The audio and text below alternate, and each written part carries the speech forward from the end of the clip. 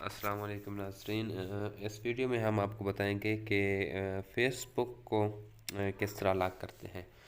यानी अगर आपका कोई फ्रेंड नहीं है तो वो आपकी आईडी को नहीं देख सकेगा। ये एडवांस फीचर है फ़ेसबुक का जो कि अभी आया है, तो इसको ज़रूर देखें एंड तक और अपने प्रोफाइल को लॉक करें। तो चलिए हम आपको बताते हैं कि फ़ेसबुक को किस तरह से लॉक करते हैं।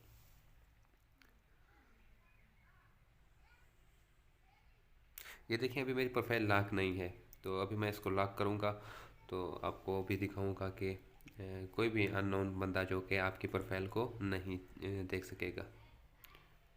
सेटिंग पे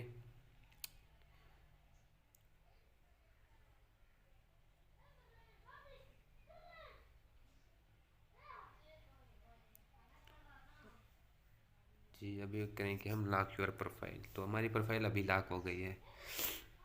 योर प्रोफाइल लॉक। तो नाज़रीन ये सिंपल सी सेटिंग है, ज़रूर कर लें। तो इसका बहुत फ़ायदा है कि कोई भी अननोन बंदा आप कोई चीज़ शेयर करते हैं आपके पर्सनल पे नहीं जा सकता।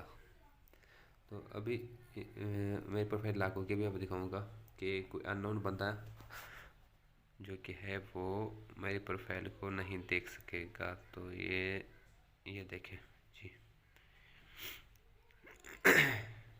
यूआर ये देखिए अभी लाख।